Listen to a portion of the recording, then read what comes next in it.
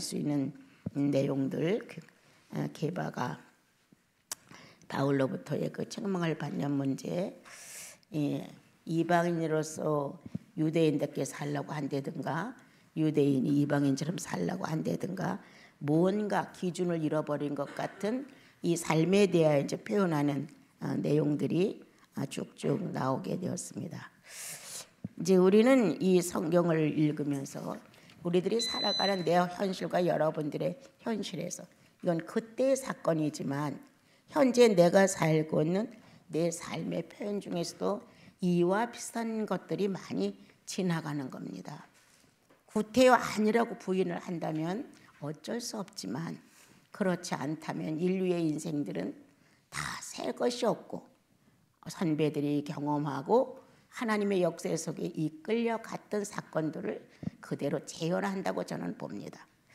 영혼계에서 학원할 때 어린애들을 놓고 복음을 전했을 때 영혼계가 있는데 그 영혼계에서 순간계가 나왔다고 하는 것을 칠판에다 그리면서 제가 설명을 했어요.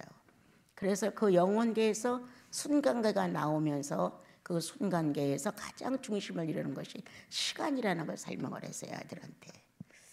그리고 이제 그 영혼계로부터 나온 그 하나님의 우리가 지금 살고 있는 이런 현실의 그 순간계가 다시 영혼과를 인식할 수 있게끔 주님은 이제 사람을 창조하셨고 이제 이런 얘기를 해주면서 언제든지 보이지 않는 그 자리가 하나님 계신 자리다. 그래서 하나님은 거기로부터 출발해서 내가 알 수 있고 느낄 수 있고 감각할 수 있도록 현실로 이끌어 가신다. 이제 이런 얘기를 해주면서 다시 우리는 그 영혼계로 들어간다. 그것이 하나님의 뜻하신 바이기 때문에 안 간다고 해도 갈 수밖에 없는 것이 바로 지구 탄생이다. 이런 얘기를 해준 적이 있었어요.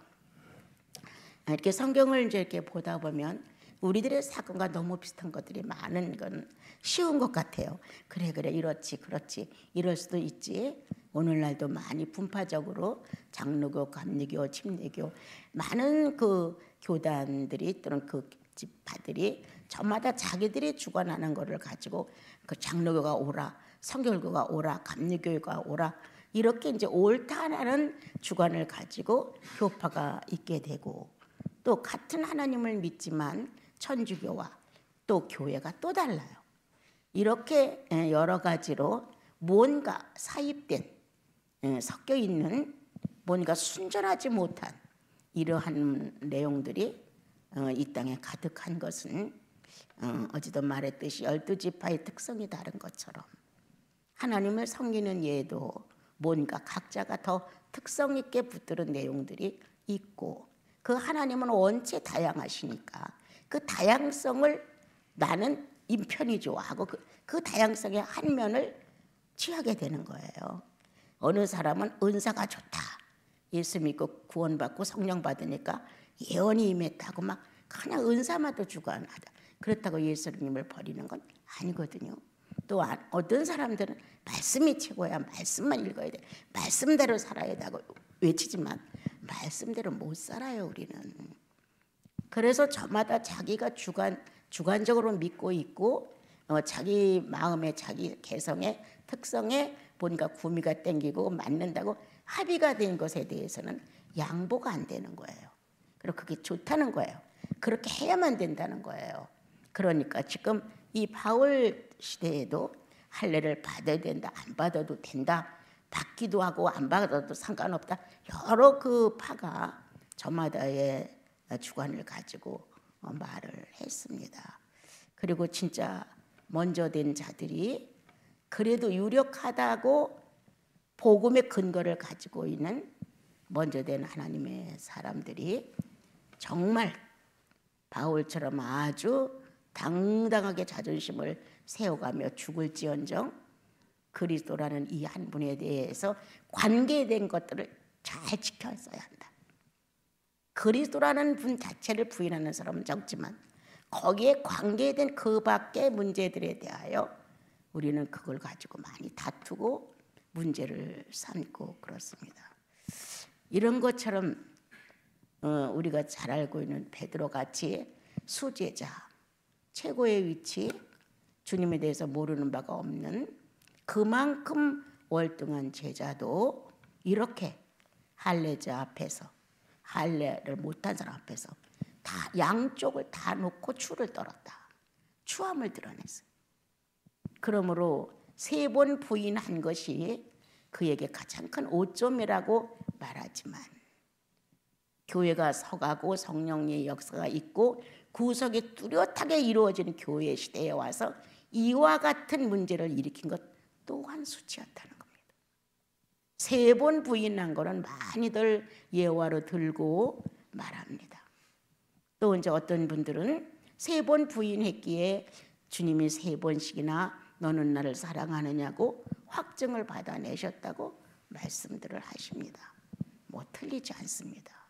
주님은 우리가 주림 잡힌 것이나 흠집이나 이런 것들을 가진 채로 예수를 계속 믿는 걸 원치 아니하시기 때문에 원상복구, 정상적인 자세로 하나님을 섬기는 걸 원합니다. 왜 구원했느냐? 첫사람 만들 때 하나님의 형상과 모양이 온전했습니다. 하나님의 모양과 형상이 온전한 상태에서 창조를 했기 때문에 비정상에 들어온 것을 주님이 제거하기 위하여 그리스도가 십자가의 못을 박음으로 새로운 형상, 처음 만들었던 형상, 하나님이 목적한 형상, 이거는 본체로 바꿔줄 수가 없어요. 이거를 다시 살려내기 위해서 구원이라는 내용을 가지고 예수 그리스도가 이 땅에 오신 것입니다. 그러므로 예수 믿고 나면 형상과 모양이 자기 모습을 찾는 겁니다.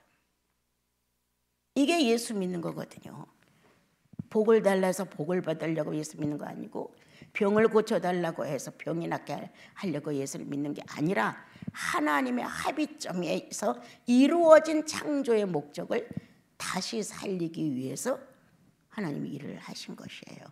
그런데 우리는 이 근본 교리를 떠나 자꾸 하나님은 나보다 우수하고 능력 있고 전능하시니까 무언가를 얻어내려고, 뭔가 부족하고 안타깝고 내가 해결할 수 없는 이런 문제만 생기면 하나님께로 가져가서 야, 이것 좀 고쳐주세요, 이것 좀 해결해 주세요, 막 이렇게 이제 애를 태우는 거예요.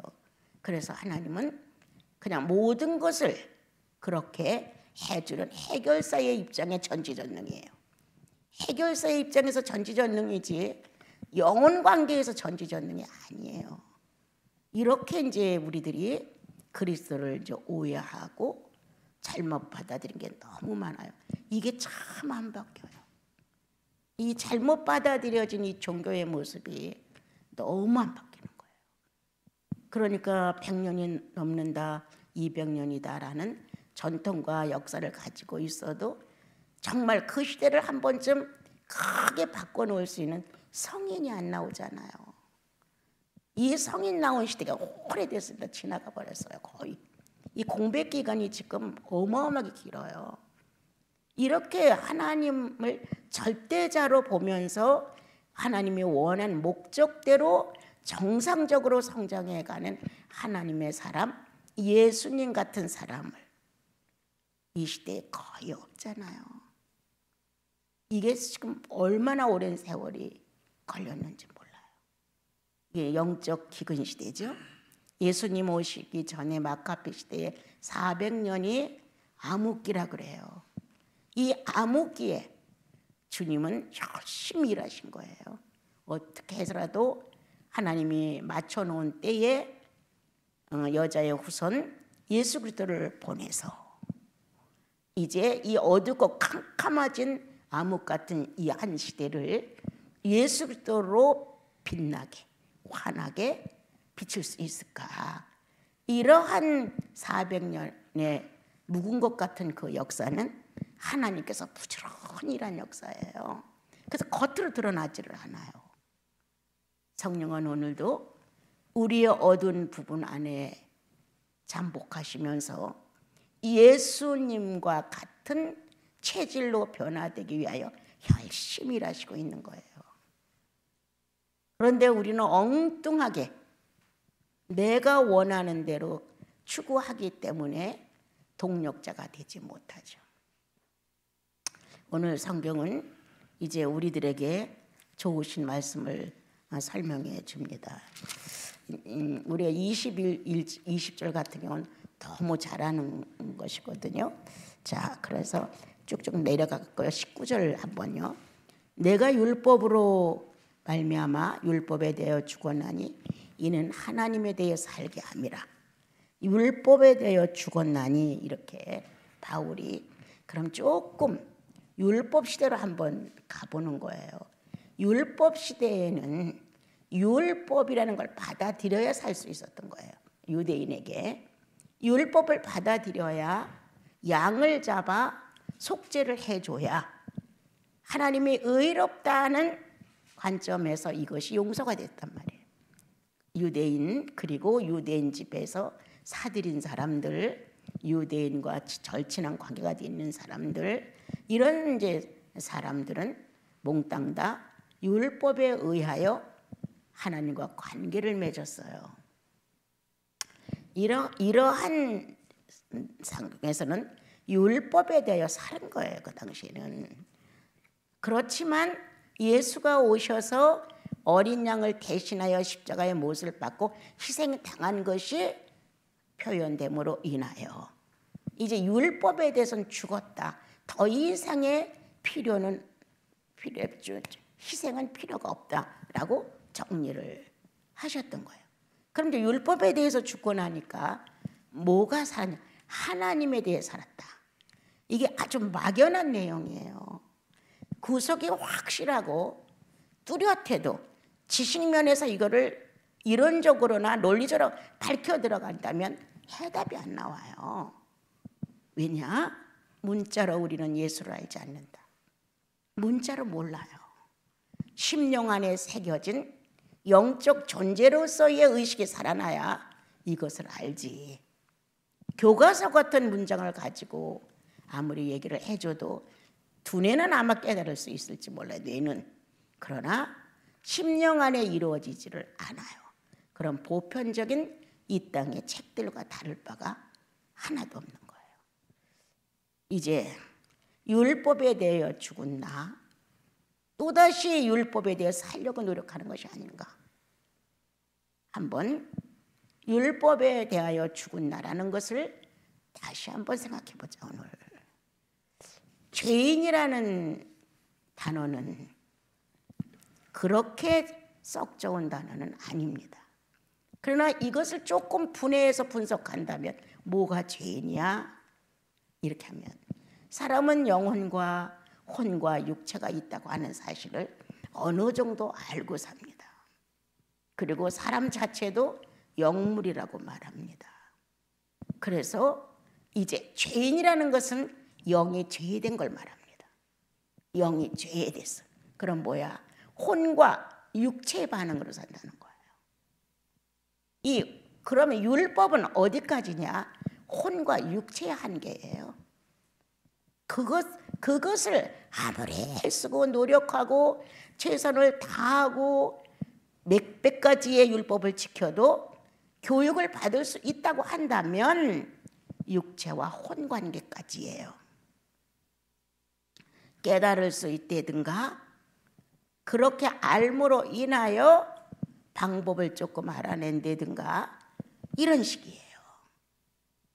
그래서 이제 율법은 우리가 도저히 할 수 없다. 아무리 힘을 다해서 해봐도 영이 살아난다고 하는 것은 그리 쉽지 않았다. 이제 매년 속죄제를 지내고 제사장들이 자기들의 영혼이 가볍게 용서를 받고 의인의 입장에서 제사장 역할을 해서 이스라엘 민족이 죄로부터 해방을 받는데 그게 어디까지였느냐? 개중에는 영까지 침범해 들어왔다. 하나님의 은혜가. 그래서 영과 혼과 육이라고 하는 것에 대하여 성령 체험을 한 사람이 적었지만 있었다는 거예요. 그러나 보편적으로 봤었을 때 많은 숫자는 하나님을 떠나 살지는 않아. 하나님과 관계를 맺고는 살아. 어디까지? 혼까지. 어디까지? 지식까지. 거기까지는 깨닫는 데까지는 왔어요. 그러나 양이 죽어서 내 죄를 용서한다는 속량에 대한 감격은 거의 없었어요. 그렇게 하라니까 한 거예요. 양을 또 오늘도 한 마리 가져가서 잘못된 부분에다가 놓고 제사장이 안수해서 용서를 해줬어요. 감동 없이 그대로 인정한 것뿐이에요. 너무 많이. 정말 이 양이 죽음으로 내 죄가 이렇게 속죄됐다고 하는 거에 대하여 영이 울렸을까? 침범을 받았을까? 새로운 감각으로 여호와를 만나봤을까? 아주 드문 소리죠. 지금도 똑같다. 정말 성령에 의해서 나와 여러분이 하루를 살아가며 자주는 아니지만 그래도 내 영혼 속에 하나님의 거룩한 성령이 내 영육혼을 관통하는 꼭 감동을 주는 시간이 있다. 뭔가 있단 말이에요. 그런데 이게 없이 살아. 그냥 다 내 재주 같고 내 기능 같고 내가 운이 좋은 것 같고 내 방법이 좋고 내가 우수한 것 같으지 하나님과 연결된 감동은 아주 작다. 아주 작아요. 그래서 지금도 100% 부정하는 건 아니고 육과 혼에 의해 신앙생활을 한다. 예수의 구속이 효력 없어. 별로. 자아 하나를 못 이겨. 욕심 하나를 못 버려. 계획 하나가 바르지 않은데 하나님이 안 돼. 이건 못 바꿔. 그렇게 효력이 없는 거예요. 구약시대의 양을 잡고 그 효력이 육체와 혼에서 끝났던 것처럼 그런 제도라도 있고 법령이라도 있고 그렇게 해서라도 죄를 용서받는다는 종교의 어떤 모습이 위안이 될 수 있고 위로는 될 수 있지만 죄인이라는 근본을 울리지는 못한다는 거예요. 근본을 울리지는 못해. 예수가 왜 귀한 줄 알아요, 여러분? 나를 울렸다니까요. 죄인이라는 근본을 울렸단 말이에요, 그분이. 이 흔적을 누가 지어요? 하나님은 사랑이야. 사랑에 대해 아주 무지한 나에게 사랑이라는 단어가 와서 나를 휘몰아쳤단 말이에요. 경험도 없고 정말 그게 어떤 정의를 가졌는지도 모르는데 갑작스레 들어닥친 그분의 방문은 나를 놀라게 했잖아요. 사랑이라는 단어로도 제대로 써보지 못한 나는 하나님이 너를 사랑한다는 이 감각적인 이 심령의 언어가 나를 놀라게 만들었잖아요. 성령은 이렇게 하신다는 거예요. 하나님의 살아계심은 이렇게 분명하다. 누가 인정하고 안 인정하고 하는데 좌우되지 않는다. 그런데 이제 간혹 이제 성경을 쭉 봐가면 하나님의 사람들이 이렇게 등장하여 성경의 주인공이 됐다는 것은 그 시대에도 하나님의 거룩한 성령은 영원까지 관통했다는 거예요. 그 똑같은 제사를 지냈는데 똑같이 속죄제를 지냈는데 성령으로 영원히 관통되어 기쁨이 있고 절임이 있고 정말 하나님을 사랑하는 안타까움 무언가가 색달라지고 정말 의롭게 살고 싶어. 정말 하나님이 원하시는 내가 되고 싶어. 이런 소원이 있는 거하고 그냥 그렇게 하라니까 거역은 아니야. 순종은 해. 그런데 그것이 영혼까지 직접 닿아 영향을 주는 일은 못했다는 겁니다. 그런데 예수가 오셔서 그리스도께서 이방인과 유대인을 구분하지 아니하시고 예수 믿으면 하나님의 방법을 너희가 영접해 드리면 이 방법에 의하여 너희들이 구원을 받는다라고 기록을 하셨어요. 이것은 어떤 행위의 온전함이 아니죠. 행위의 그 온전함은 이 율법은 끝없는 욕구를 일으켜요. 끝없는 욕구를. 이 끝없는 욕구에 우리는 쫓아다니고 있는 거예요. 그런데 예수께서 그런 말씀을 하셨어요. 바울도 그런 말씀을 하셨어요. 육체의 일은 현저하다. 끝났다. 지난날 아주 밝히 알고 살았다. 그러나 이제 모든 것은 끝났다고. 그래서 은혜 안에 들어온 하나님의 사람들은 혼의 욕구가 죽었어요. 율법에 대해 죽었다고 하는 건 혼의 욕구가 죽었다는 거예요. 더 잘해서, 더 완벽하게 해서, 더 유익하게 해서, 효율적으로 해서 더 이익을 많이 남기고, 이러한 이 뇌의 욕구, 혼의 욕구는 예수 그리스도를 만나자 끝났다는 거예요. 죽었나니. 이러한 사욕의 욕구가 혼을 통해서, 정신계를 통해서 바깥으로 출발해서 완성을 보는 게 육체 행위예요. 육체가 반응해 주는 거예요. 그래, 넌 실력 있어, 네가 하면 이번에 이거 할 수 있어, 이렇게 충동질을 하면서 생각을 하게 하는 거예요. 할 수 있겠지? 이 정도는 할 수 있겠지? 이렇게. 그래서 나와 여러분의 뇌는 혼적 사역은 율법을 만족시키는 데 추정했다.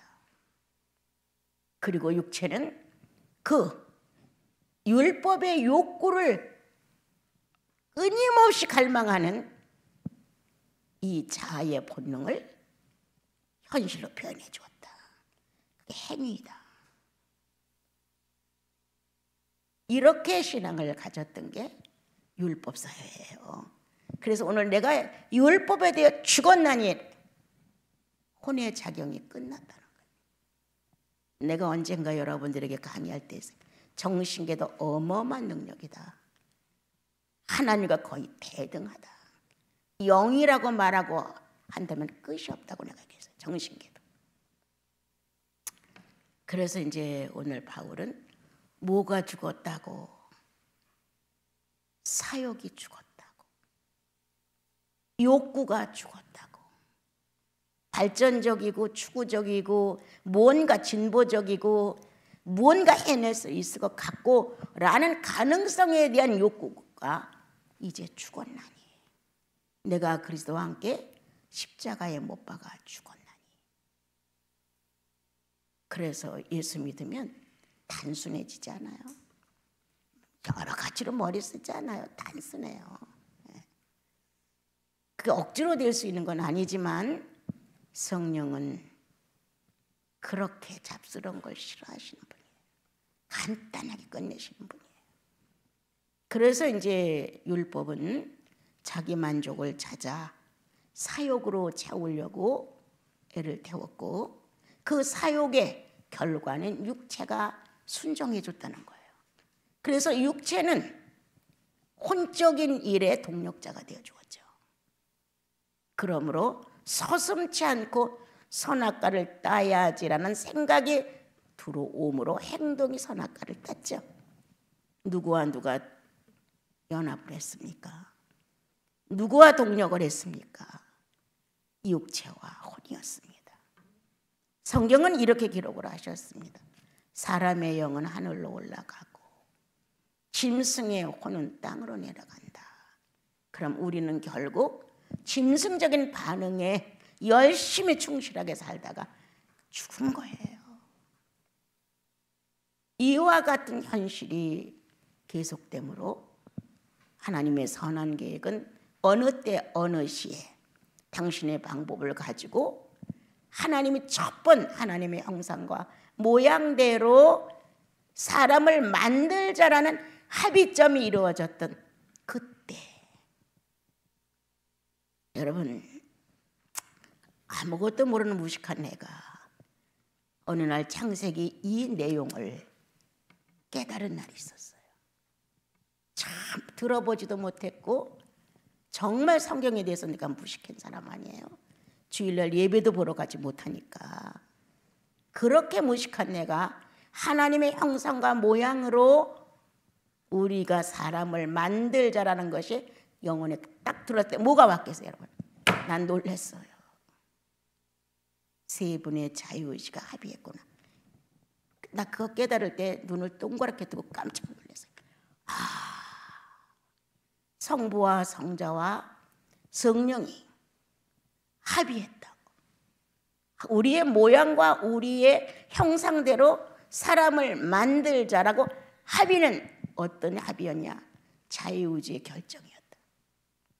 신이 처음으로 자유의지를 실천한 것이 사람 만드는 데 썼다는 거예요, 여러분. 그 당시 내 깨달을 땐 창조에다 썼다 이렇게 알게 됐어요. 그런 시간이 가면 사람 만드는 데 썼구나. 최초로 하나님 자신이 소비됐다, 하나님 자신이 빠져나갔다, 하나님 자신의 재산이 이렇게 나가서 방출됐다. 어디에 썼느냐? 사람을 만들자는 합의에 동의했는데 그것은 자유의지 결정이었다. 그리고 또다시 내 영혼 속에 밀려와서 무릎을 딱 치고 놀랐던 거. 그래서 사람에게 준 거구나, 자유의지를. 당신 거를 뺏어 넣었구나. 하나님의 것을 뺏어 인간 만드는 데 넣었다는 거. 그래서 주님은 에덴 동산에서 정말 그 자유의지를 잘 쓰기를 얼마나 애탔던가.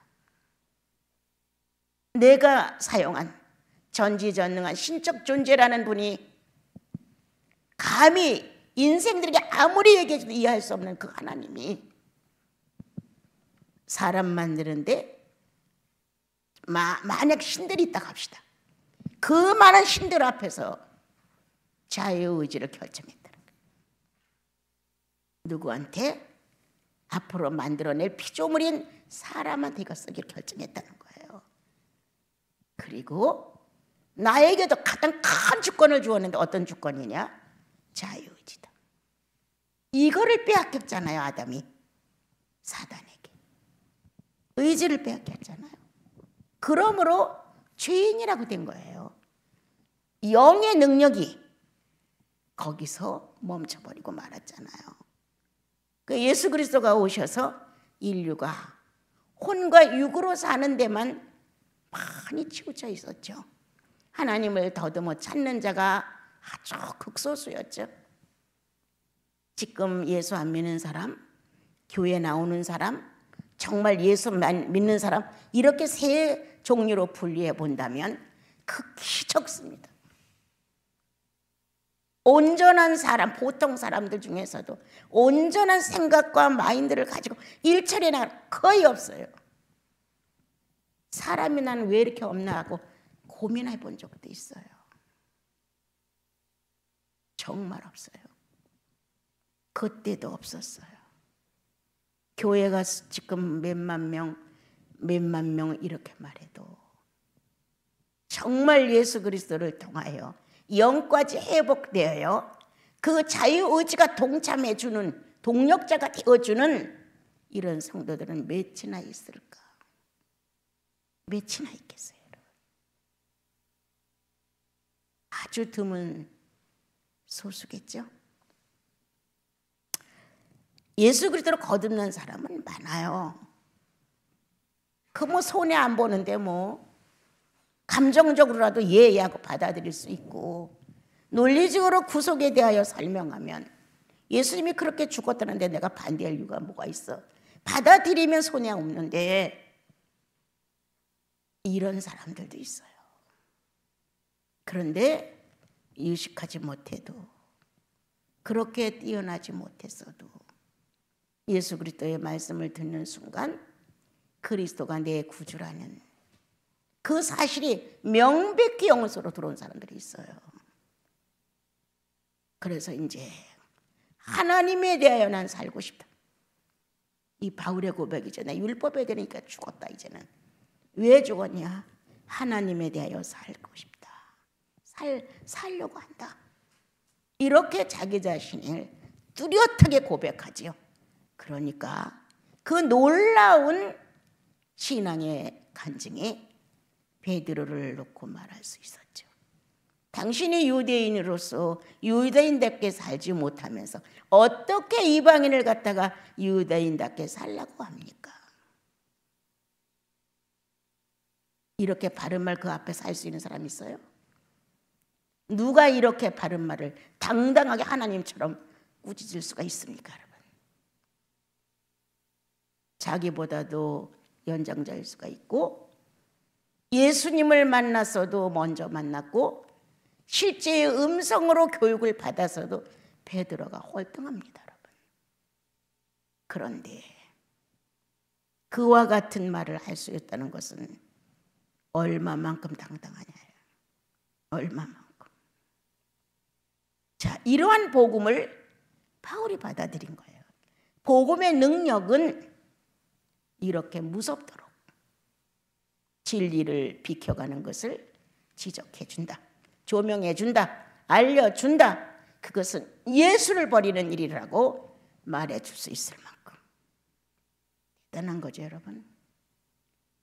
이러한 예수 그리스도가 정말 이 시대에 조금 더 멋지게 일어난다면 그 예수 믿는 품성이, 예수 믿는 품격이 얼마나 멋있겠어요. 오늘 이제 우리는 다시 한번 생각해 보자. 하나님을 위해 살고 싶어서 하나님에 대해서는 내가 산자로 여김을 받기 위해서라도 나는 이 복음이 얼마나 귀한지를 알았다. 알고 나니 하나님으로 살고 싶다. 알고 나니 하나님에 대해 알고 싶다. 이 간절함은 어떤 것이었을까?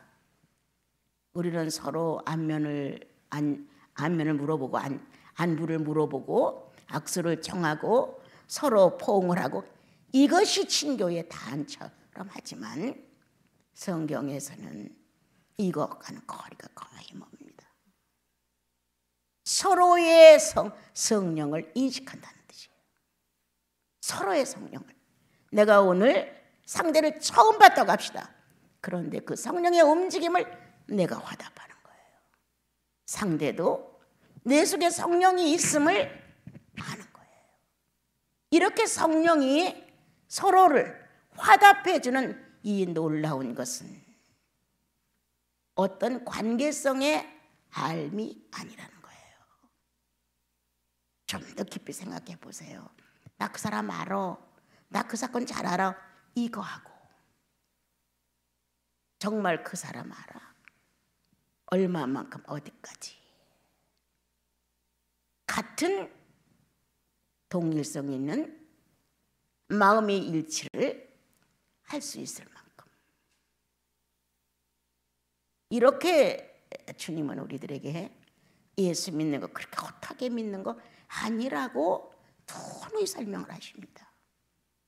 그런데도 우리가 원체 못 배우고 이방인 같은 기질로 살고 이방인이었으니까 그렇게 살았기 때문에 우리가 이 성장도 참 더딘 것 같아요. 보고 배우고 느낀 것도 없고 깨닫고 뭔가 알으려고 수고한 것도 없고 그냥 이렇게 힘없는 예수를 우리가 우리들 생활 속에서 산 자가 아니라 죽은 자로 여기는 것이 아닐까. 성경에는 이런 말씀이 또 있어요. 너희들이 몇 날이 못 돼요. 몇 날이 못 가요. 성령을 거스린 마음은 몇 날이 못 가요.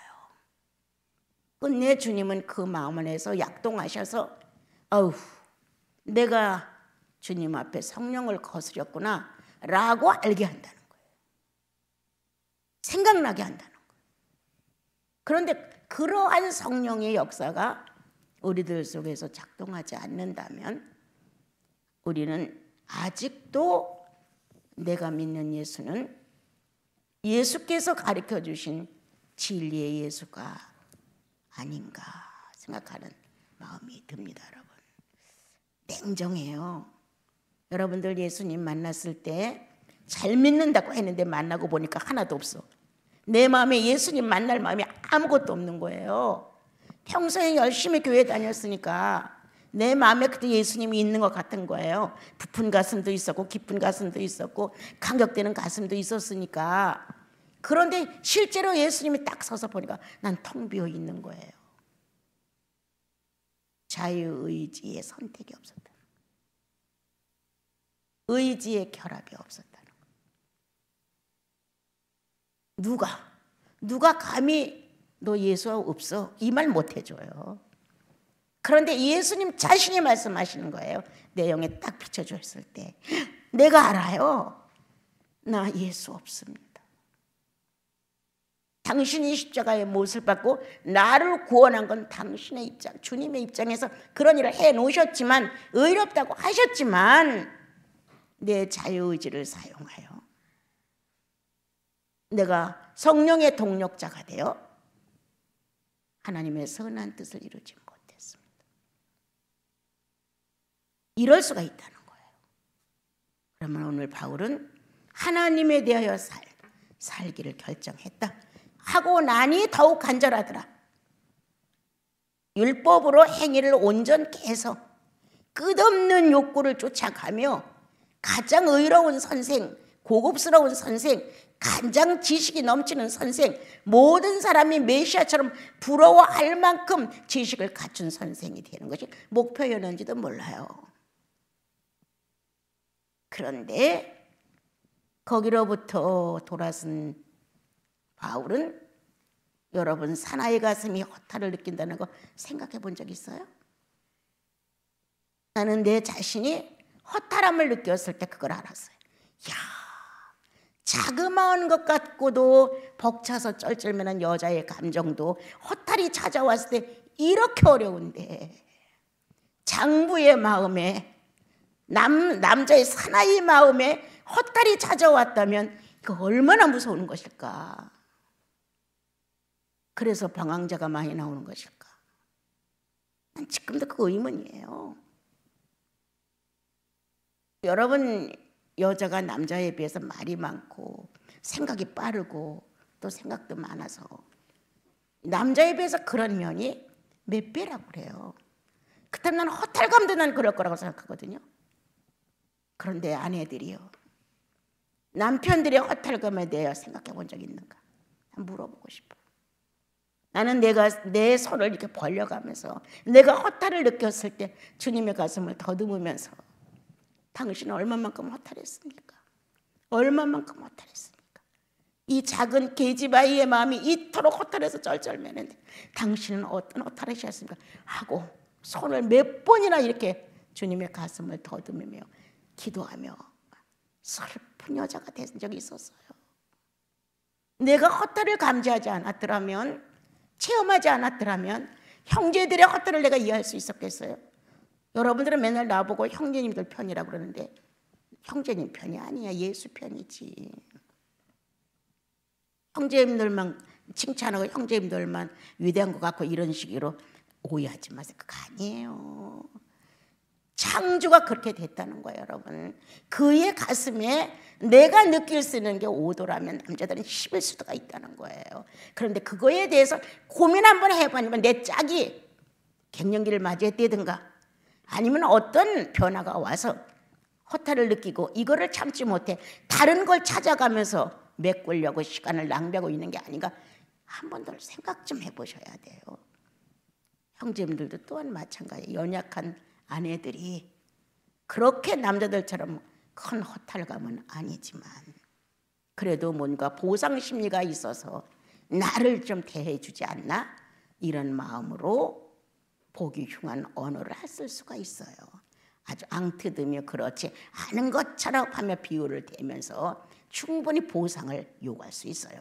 나도 한번 사랑해봐라. 다른 것만 사랑하지 말고. 이럴 수가 있다는 거예요.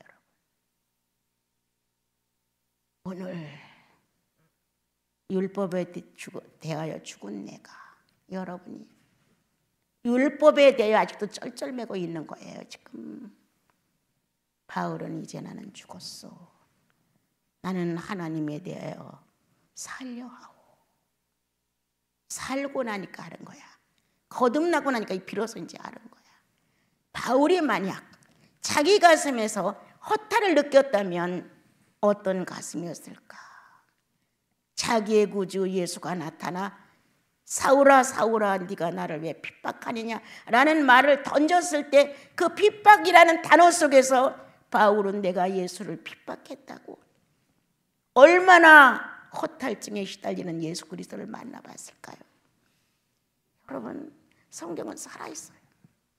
살아있어요. 바울의 가슴이, 교만했던 바울의 가슴이, 꾀가 충만했던 바울의 가슴이 어마어마한 지식이 미치게 했구나 할 정도로 지식에 충만했던 그가 그리스도의 허탈한 가슴을 안고 얼마나 애가 탔었을까. 내가 내 주를 십자가에 못 박았다고 얼마나 한숨을 들이쉬면서 홀로 하나님과 1:1의 은둔 시간을 가졌을 때 그는 얼마나 많은 말로 죄를 용서 빌었을까. 얼마나 많은 언어로 가슴을 치며 자기를 주님 앞에 내던졌을까. 그런 잠깐만 마음이 메어져 와요. 성령은 그렇게 하신다는 거예요. 그래서 자기가 거듭나고 나니 이제 알았다는 거예요. 내가 이렇게 그리스도 안에서 사는 은혜의 믿음이 얼마나 소중한가를 나는 여러분들에게 말하고 싶소. 이 말이잖아요 지금요. 그렇게 하면서 내가 그리스도와 함께 십자가에 못 박혀 죽었나니 이 사역, 혼적 작용, 육체의 반응 이것에 아주 충만한 삶을 내가 살았었나니. 그런데 지금은 아니다. 이 율법의 종로로 타며 그 욕구를 이루기 위해서 내 일생을 허비해 갔지만 지금은 아니다 라고 말하면서 내 속에 그분이 살아 계심으로 나 또한 그분에 의해서 산다고 20절 말하고 있잖아요. 그러므로 바울은 영과 혼과 육체를 가지고 혼과 육체의 삶은 끝나고 혼과 영의 삶이 새롭게 탄생됨으로 인하여 육체까지 은혜를 입혀서 동력이 되게 했죠.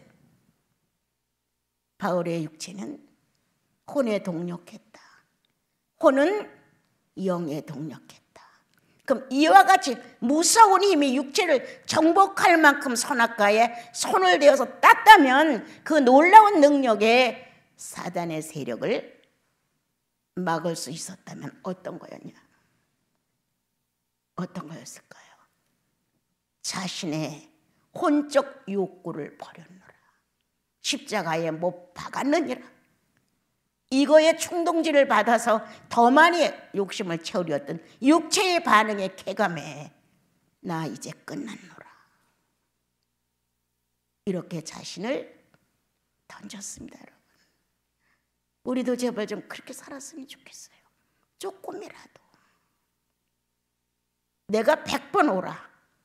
그런데 상대가 아니라고 트집을 잡아. 처음에는 옳다고 하는 것을 인식하려고 노력해요. 우리는 아니야 이게 옳아, 이게 하나님 뜻이고 이게 선한 거야, 이렇게 왜 말을 안 하겠어요?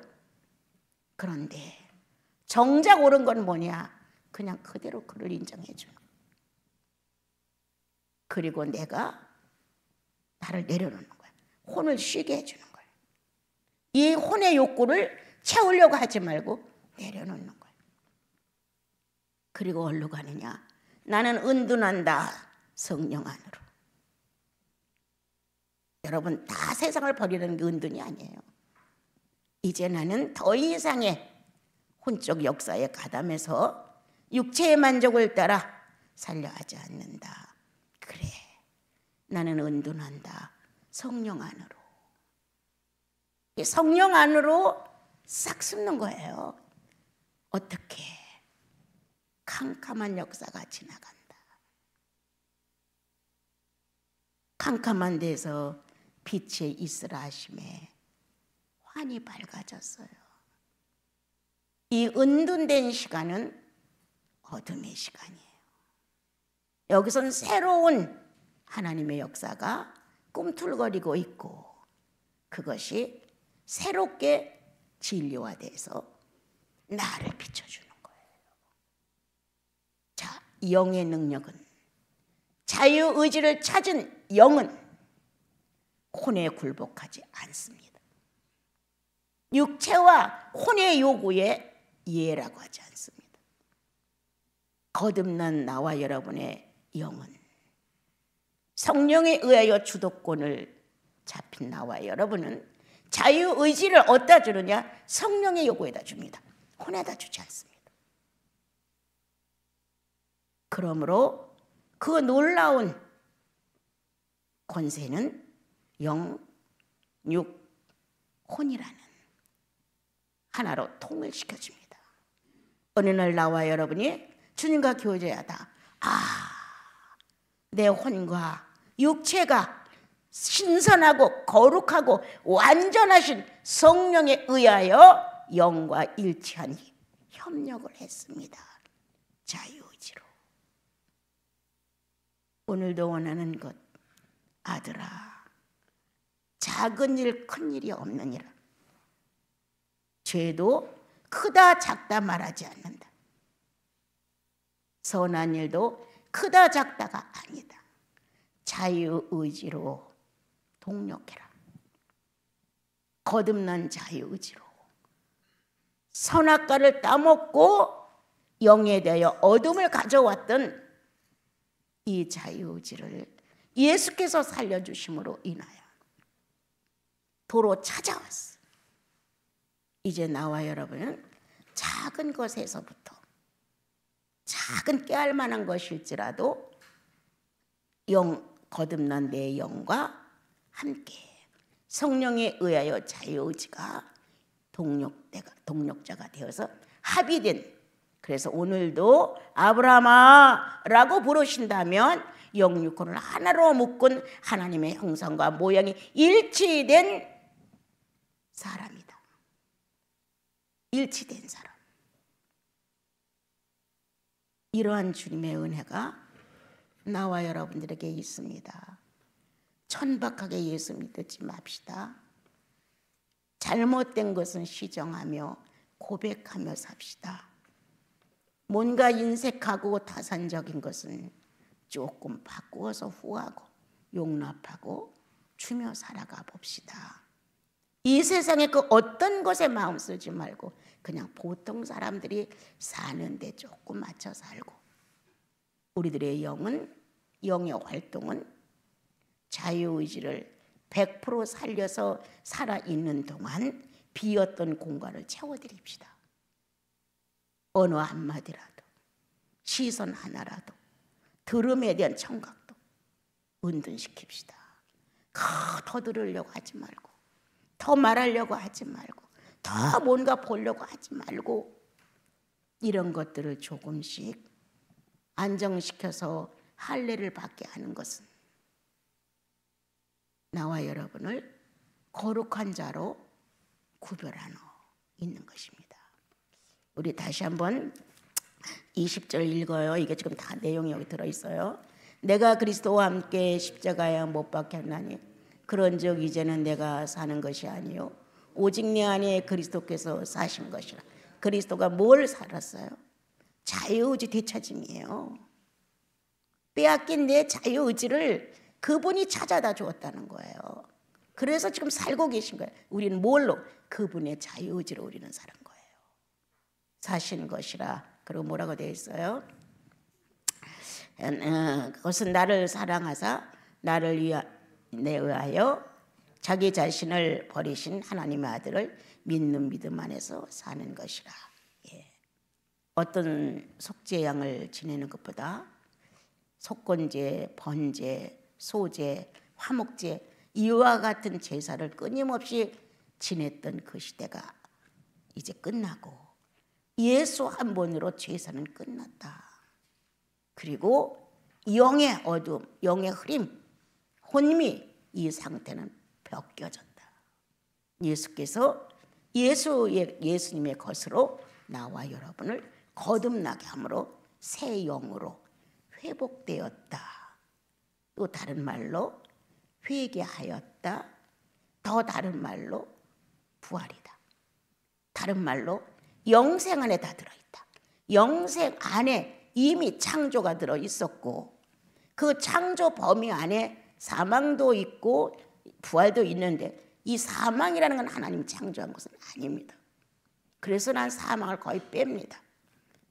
우리는 영생이라는 넓은 범위 안에 창조를 깨닫는다. 그 창조의 목적은 당신 자신 출현이다. 사람 만드신 거예요. 세 분의 하나님이 어긋나지 아니하고 한 분의 의견처럼 자유의지를 합의하여 결정체를 만들었다. 그것을 누구에게 주냐? 사람에게. 이러한 내용을 우리가 조금 더 진지하게 배우면서 지난날 거듭나지 못했을 때는 혼적, 육적으로 끝났다. 짐승과 다를 바가 없었다. 그러나 거듭남으로 인하여 의지가 다시 재생됨으로, 회생됨으로, 회복됨으로, 한마디 더 부활됨으로. 이렇게 됨으로 인하여 나와 여러분은 예수 믿고 하나님이 가장 기뻐한 것은 어떤 것이었냐? 형상과 모양의 부활이다. 그게 초점이에요. 내가 구원받은 것, 여러분이 구원받은 것, 죄 용서받은 것, 하나님의 형상과 모양 되돌려받는 거예요. 하나님께서. 그게 부활이에요, 여러분. 그러한 예수를 만났다고 지금 바울은 고백하는 거예요. 예수께서 사신 것이라. 영원히 변질되지 않는 예수께서 내 안에 사신 것이라. 그러므로 나와 여러분은 죄인으로 다시 변질될 수 없습니다. 성장 관계는 좀 다를 뿐 우리는 그리스도로 말미암아 새 창조를 받았다면 나와 여러분은 부활입니다. 첫 창조가 다시 회복된 겁니다. 부활입니다. 부활된 나와 여러분은 성경에서 뭐라고 기록되어 있습니까? 죄와 상관이 없다고 기록하셨습니다. 그만큼 당당하게 일어나가는 거예요. 육체의 연약함은 과거처럼 더러는 지저분하고 악하고 더러는 아주 얄밉고 아주 보잘것없고 형편없어요. 어차피. 그러나 거기에 매달려 쩔쩔 매지 말고 예수 같은 사람이 되기 위한 목표가 있다 우리 안에. 자유의지의 회복, 자유의지의 부활. 그러므로 내 안에 예수께서 사신 것이라.